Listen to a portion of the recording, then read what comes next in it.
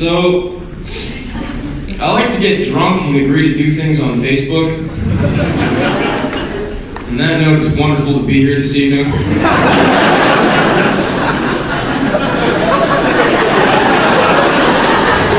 I got cut off a few times on the way here, which I guess isn't really a big deal. My friends and I used to drive like dicks back in high school. Be on the highway, somebody behind you slow down to like 35, someone tries to go up and around, you go up, cut them off, slow back down again, you know. 10 minutes of that goes by, and you're like, alright man, let the ambulance go, you know. I think sometimes little things get to me, you know. I was driving, my buddy's giving me directions, and he's like, you go up to this next road and literally take a right. Which is good, because I was going to do it metaphorically, and we would have fucking drilled that blind kid in the intersection.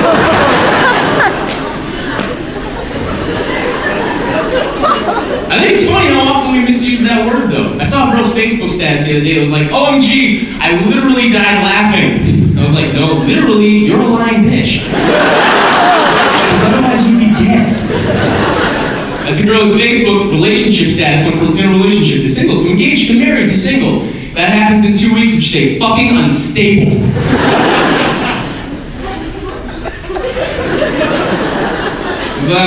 I've been spending a lot of time on blackpeoplemeet.com. Just make sure that if you ever go there, you spell meat correctly.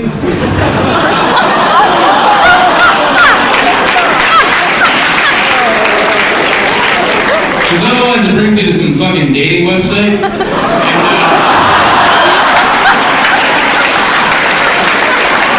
I hate to see that happen, you know.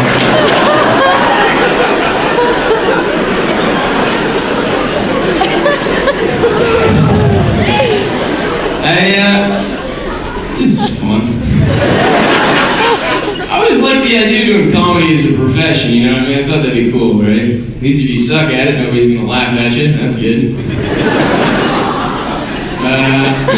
Obviously, I don't do it as a profession. I work in an office where people tell you how their day's going, even if you don't care. And this one girl was telling me, she's like, you know, I just bought some art from IKEA, the do-it-yourself place, to furnish the apartment. I said, I had no idea that IKEA even sold artwork. Went down to the store to check it out, and they sell artwork there, and I bought a piece and I took it home. However, I'm at home drawing the fucking thing, and it looks nothing like what's on the box. There's colors missing, everything's in Swedish. It's bullshit. Yeah, me and my roommate are looking to furnish the apartment, and he's a little person, you know, and we haven't had time to install all the locks on our doors yet. I walked in on him the other day going up on his girlfriend, and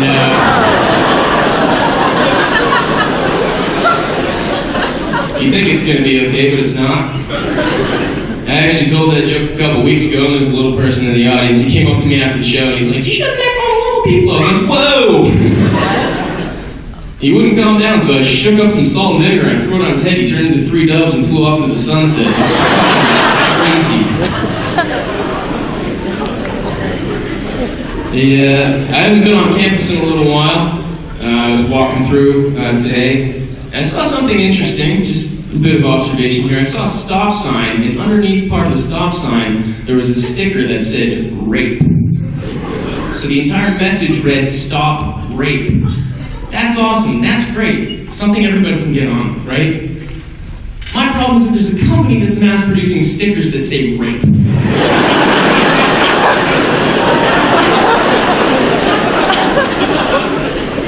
I don't know, you know, if this, like, these are the people that brought us the rape whistle, or like some weird branch of Tyco or something, you know. They seem to have the rape market cornered. Okay, not cornered, but, okay, you got it. We'll just skip right over it. I was recently kicked out of a hospital because I misinterpreted a sign that said stroke patients. Apparently, you're not even supposed to touch them, okay? Nobody told me that. But, yeah, I was in Macy's the other day, and I started getting a little creepy because the guy had measured my inseam, you know, like 3 or 4 times. I was like, hey man, that's a little weird. He's like, why? I was like, because I'm looking for a briefcase and your shirt says Sears. So, I need you to dial it back. My friends and I did a Canada trip recently, up north, and we were looking to do the strip clubs and everything, that whole deal. The strip clubs in Canada are a lot different than the US ones. You don't tip like $1, you know, because in Canada, you gotta tip like $5, because the $1 and $2 currency are coins. You can't just whip change at strippers all day. It's the bouncer's words, not mine. The good thing is that the girls there will do pretty much anything for money.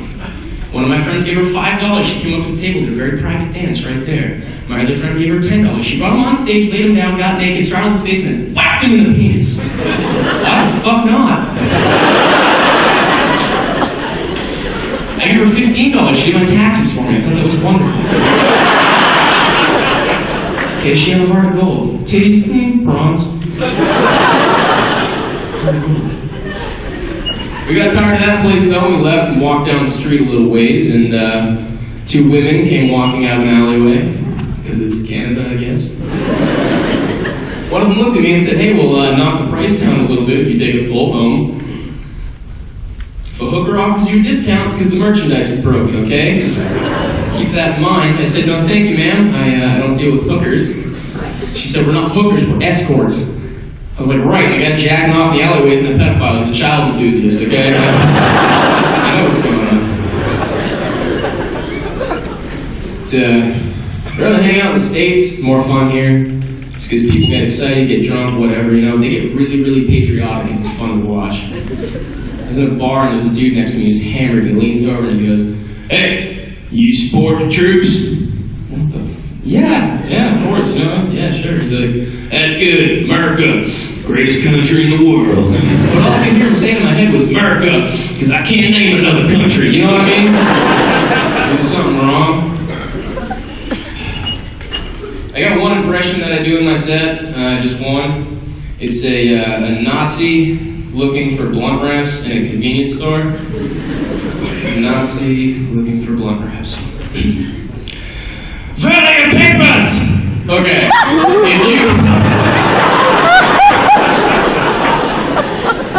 It's cool if you didn't get that. That's a bit of a smarter joke. It's, you know, it's based on basic U.S. history. Have any of you guys ever been to a 24-hour Walmart really fucking early in the morning?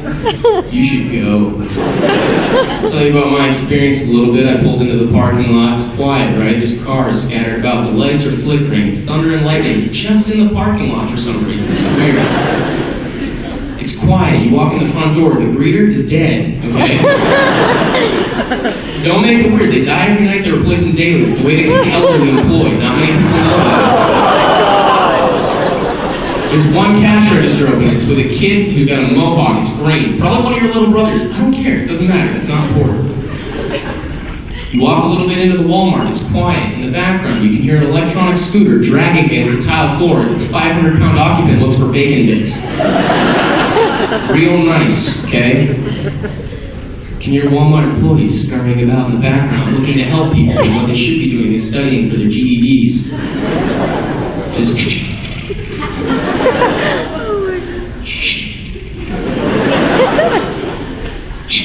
Can I help you? Jesus Christ! No! Go back to whatever you're doing, eating bugs. I don't care. Get out of here, Jesus. Granted, I didn't handle that situation very well. Okay? I was a little defensive because I was looking for condoms. I don't need help looking for condoms. I know what that does. I don't know why people try to help you. You walk into the store, you walk up to the condom rack, you're perusing the condoms, as you do. Guy leans over the counter. Yeah, can I help you? Not unless you know the size. Thanks, got it. He's like, yeah, well, the ones that have the red label have spermicidal lubricants, so, when you do ejaculate, it'll kill your sperm in case you don't want to have kids. Yeah, like, I'm going to take advice from someone that works at Rite Aid. Just be prepared for stuff like that, you know? Now we go in there, perusing the condoms, as you do. Guy says, yeah, can I help you? And I'm like, yeah. You guys have a fitting room? Fuck it, I'll just pull out. Thanks. That guy's day's ruined. I don't know if anybody else had this, but did anybody else's parents try to have the sex talk with you when it was clearly Too late. You kind of knew what went in, where, and made what. That came out somewhere else. Maybe not somewhere else, but... My mom always tried to do that, man. I don't know why. I don't know if she was just trying to be funny or something, but anytime I brought a girl over or was going out with somebody different, she'd come up to me like, Ben, we should have a talk. And I'm like, Mom, we don't have to have a talk. She's like, Ben, we should have a talk. I'm like, Mom, I'm 18. We don't have to have a talk. Ben, why do you want to have a talk with me? Mom, she is sitting right here. You are killing the mood. She's never going to let me at it now. Trying to get back in shape. The dating scene a little bit. You guys are going to have to do that too, most of you freshmen, right? Fucking none of you. Alright. You guys all fucking lied to the opening comedian then. Just be careful, man. The gym's intimidating. We got a lot of student athletes, okay? I walked into the weight room, someone ran up to me and was like, what do you bench? And I was like, easy lady, I'm just here for the cardio, okay? You go back and throwing discus or whatever the fuck you were doing before. Holy shit. Sorry, I was thirsty. I got problems besides the physical stuff, though, a little bit of mental action, I have ADD and I have OCD, which is weird having both, ADD's like, look, a squirrel, and OCD's like, clean it! And,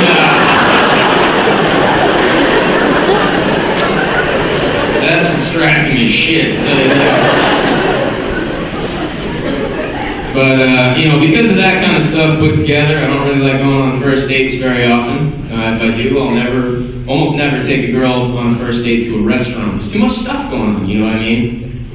It's like you're sitting at the table, you're trying to be funny, trying to keep the conversation going, trying to listen, trying not to look at her tits. Maybe a little bit so that you care.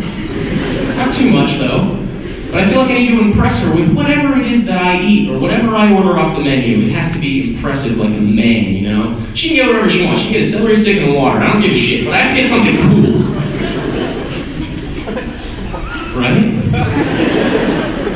So the waiter comes over and I'll just be like, yeah, she'll have the salad and I'll take the flesh of my enemies. Fresh out? Okay, how about a herd of sheep? That comes with a loaded potato. Fucking love Applebee's. My friends and I get competitive over women, though. If anytime you're in like a bar, a club, room, anything like that, see a girl across the room and I'm like, hey man, she's looking at me. My buddy's like, no man, she's looking at me. Turns out she was cross-eyed, she was looking at both of us.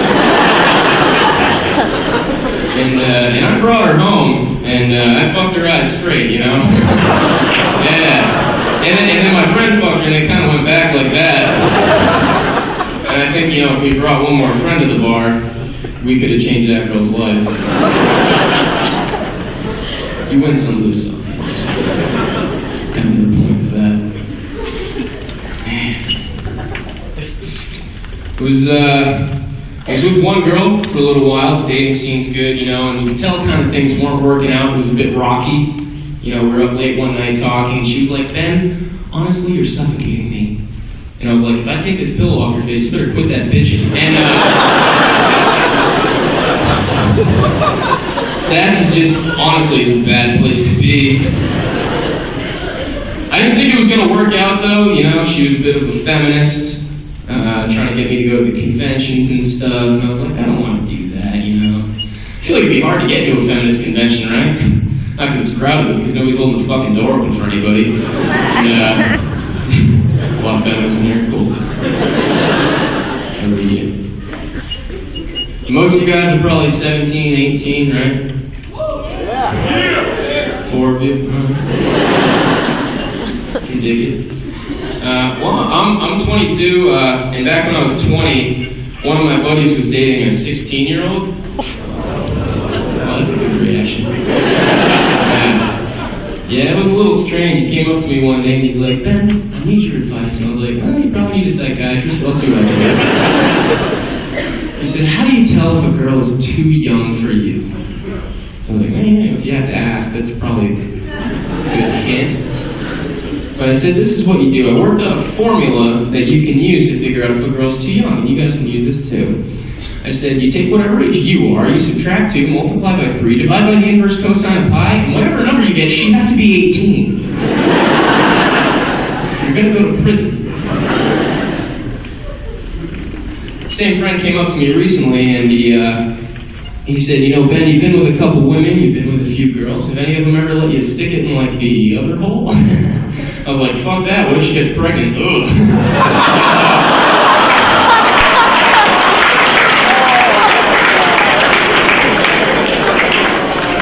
Not dealing with that, you know? That's tough. You gotta be careful, though, man. You do. I was reading an article recently that was talking about, you know, potentially getting an STD from a toilet seat. And I was like, holy shit. I was sitting with my grandfather at the time and I said, Grandpa, could you get something like AIDS from a toilet seat? Seriously? He was like, the only way that you can get AIDS from a toilet seat is if the guy that was using the toilet before you has AIDS and doesn't get up before you sit down. I'm Ben Phelps. Thank you guys very much.